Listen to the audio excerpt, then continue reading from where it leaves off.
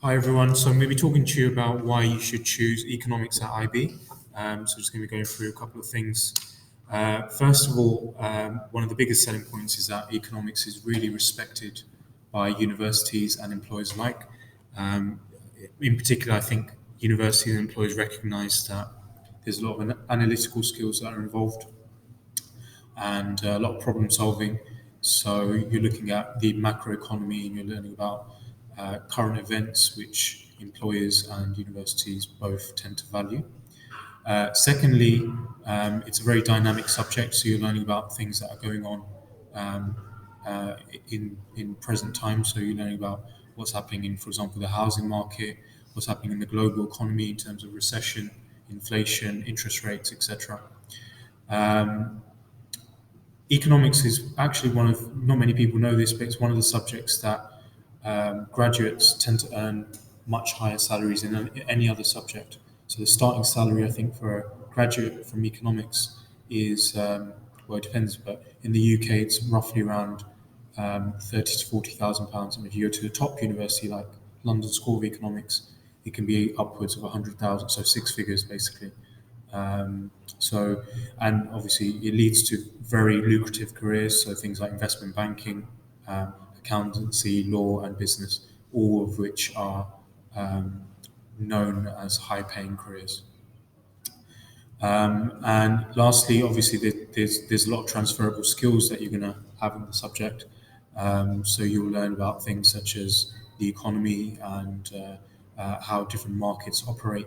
And these are skills that you can take forward to other degrees if that is what you want to do. So, for example, you're going to become a medic or an engineer. A lot of people tend to combine economics with those subjects. Um, so yeah, in terms of subject content, you'll be learning about essentially two broad categories of economics. So there's microeconomics, which is about markets and individuals and how consumers and businesses make decisions, and then macroeconomics, macro coming from the Greek word big, which is about the wider economy. So you're learning about things such as exchange rates, interest rates, um, maybe even inequality, so how some countries are poor and some are rich, and globalization, economic cycle, so all sorts of macro issues.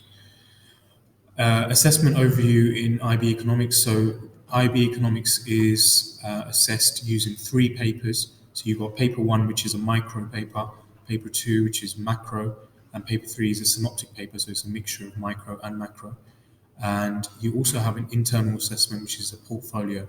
Um, so you can see that the grading for the final exams is 80%, and the internal assessment counts for 20%. So you have a good chance to walk in with uh, 20% of your final grade.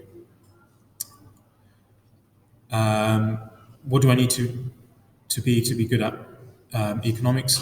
In fact, you don't really need much. So you don't need any prior knowledge of economics. You don't need to have studied at IGCSE.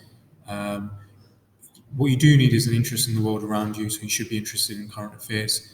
You should have some good basic maths and some good written ability because you will be asked to write 25-mark essays and you will be asked to do things like percentage change and calculating profit and loss and those sort of things.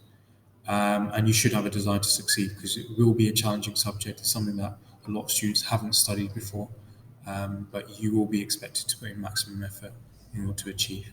But that's pretty much it. If you have any questions, please do get in touch. But look forward to seeing you soon.